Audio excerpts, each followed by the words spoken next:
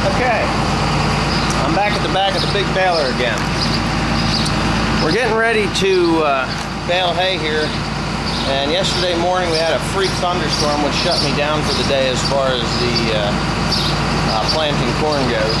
That was Memorial Day, so I just drug this baler out and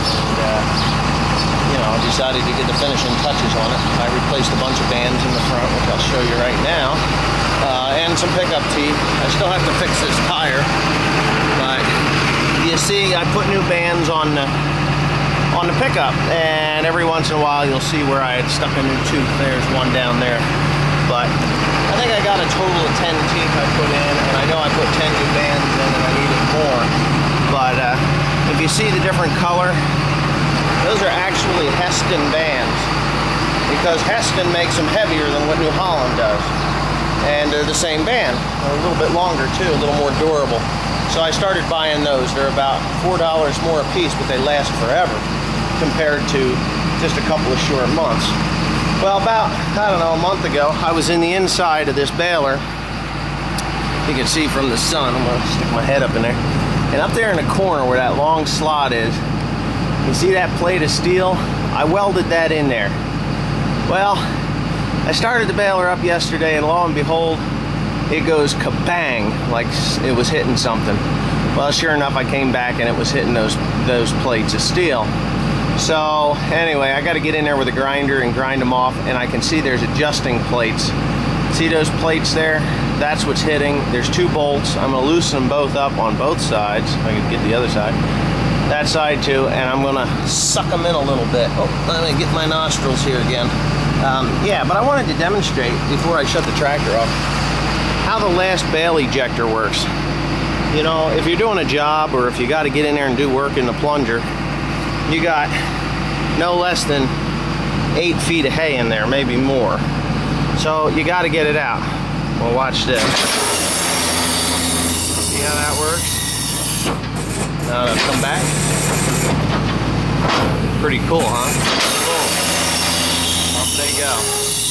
And you just keep working that until the bale comes out. Now there's a couple of things I don't like about it. They're steel on steel. And it's hard when you get a good heavy wet bale in there. They don't work as good as I'd like them to. So anyway, the new balers have 2 sets of these that you can just kick out the second to last bale, the one that's hanging on the chute here. You'll kick that out so you're not going down the road and you lose the damn thing.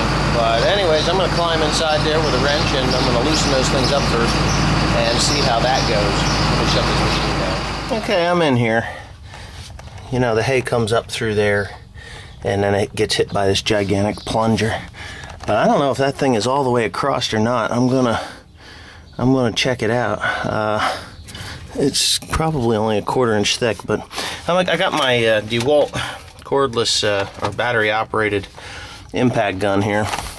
I'm just gonna loosen them both up. If I have to, I'll get in here and grind a bit of that shit away. I don't think that'll take too much, you know. If I get them to slide maybe 1/8 of an inch on either side, it might do it.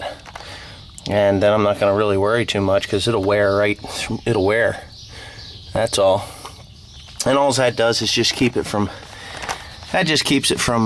you know, getting behind the plunger there, which isn't really a problem anyway. Maybe corn stalks it would be, but this is not. So anyways, I'm going to loosen them up and slide them across, and we'll see what happens. Okay, I got them slid in there. I think they'll be fine. Hay doesn't really curl around that much. And besides, when it gets to that point there, it'll just shear it off anyway.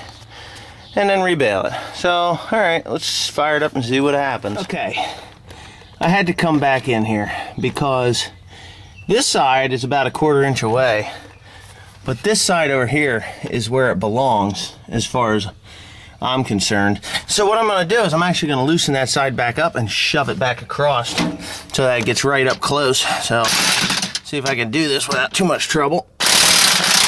There's one, and there's the other. Okay. Oh, well, maybe not quite the other. Oy.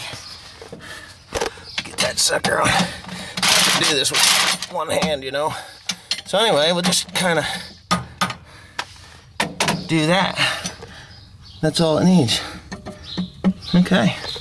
So what that'll do is just keep it from wrapping that hay around the side of the plunger. There, and of course, there. All right, that's it. It can't hit, and if it does hit just a tiny little bit, such is life. I think it's gonna hit a tiny little bit on that one, but that's fine. No big deal. Looks good. But the plunger's all in all in good shape. We had did have to put a new knife or a new bolt in that knife there. It had gotten a little cattywampus. But yeah, job well done. Now it's back to planting corn. And then I got to deal with the computer that's blown up from an electrical storm. Okay, well it is running. You can probably barely see it. But there's no banging, snapping, cracking, or anything else going on in there. Yeah, looks good. Just the way it's supposed to work. Anyways, thanks for watching.